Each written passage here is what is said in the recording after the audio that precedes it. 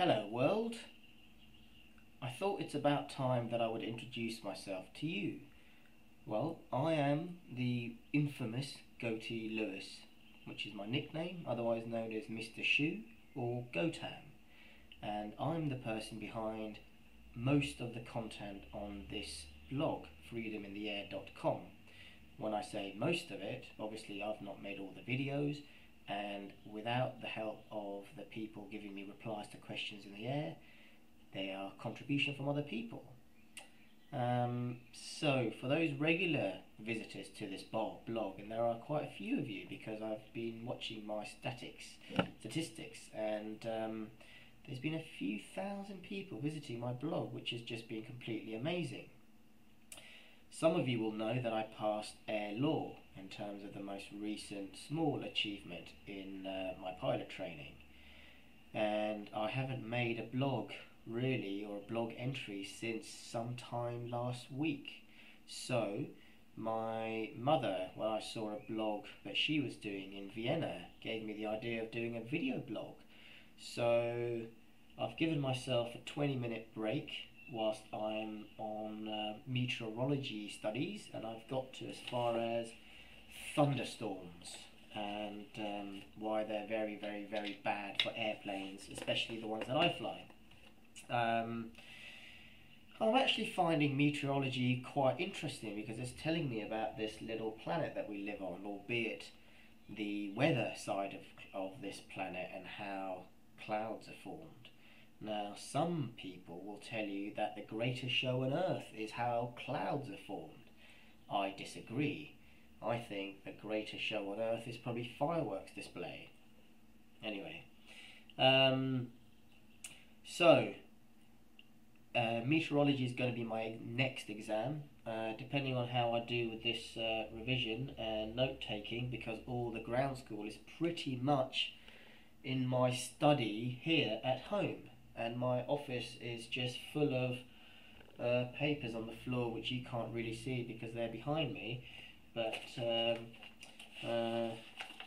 yes, so if you can see that, I am doing stuff.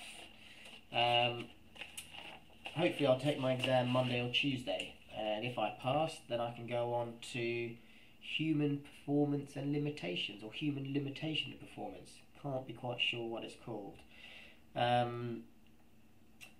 This weekend just gone was the British Disabled Flying Association's annual general meeting, and it was my first one. I took my grandfather there because he lives not far away from Sywell Aerodrome, and I got a really good insight into just how well organised and how well run the charity is. It's run by some amazing people who I just wish, you know, one day I can have the passion and dedication that they have towards other people, and they do things for the greater good of other people, and that makes me really proud to be associated with this charity. I also feel slightly, not pressurised, but I am their first student pilot who has a disability, and I really hope to be the best ambassador that I can for this charity. But also, I've got to thank all those people behind the scenes: Mike, Norman, Shona, Simon, Ian, Martin, all the voluntary instructors. Now, those instructors are probably the best calibre of highly experienced instructors out of all the flight training schools in this country, who are recognised by the Civil Aviation Authority. So, let alone, you know, is this an amazing organisation, but my instructor used to teach people how to be a fighter pilot for the RAF, and he's now flies for British Airways, and it was just nice for him to acknowledge that I'm one of his hardest working students. But to be honest, all these people are giving up their time, so I don't want to waste their time, which is why, because I never really got a secondary education or a degree, because of lots of reasons, for those of you who know me will know why,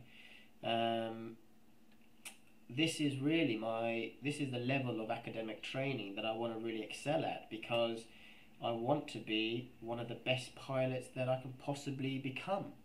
And that can only happen through the best training, through the best flight training centre, people, but also the people around me. So, as well as being a student pilot for the BDFA, I am also actively involved as one of their fundraisers.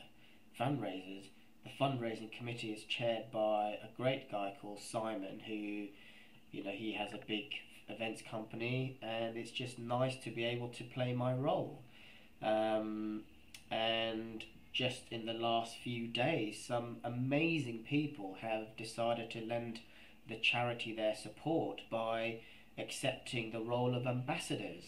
Now, if you go to the BDFA's website or check into my blog later on, I'll tell you who they are. But there's some terrific people, and it's just, without their help, it would make our job to magnify the profile of this association just that little bit harder.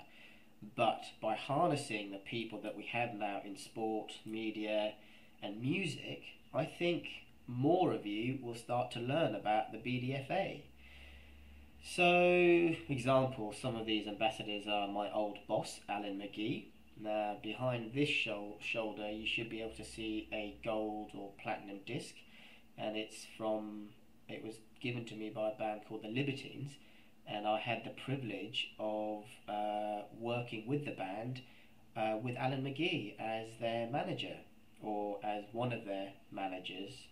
If you can imagine, the Libertines require a group of people to really make sure that they do what they're supposed to.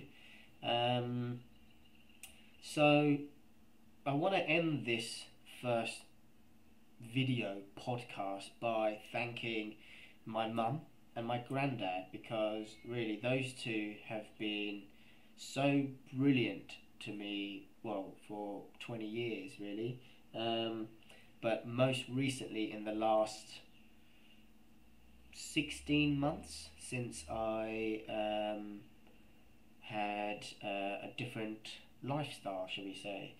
So anyway, I'm sure most of you who've watched this have thought, what a boring arsehole, excuse my French, but I hope to keep the next series of video podcasts slightly shorter, more concise and more interesting.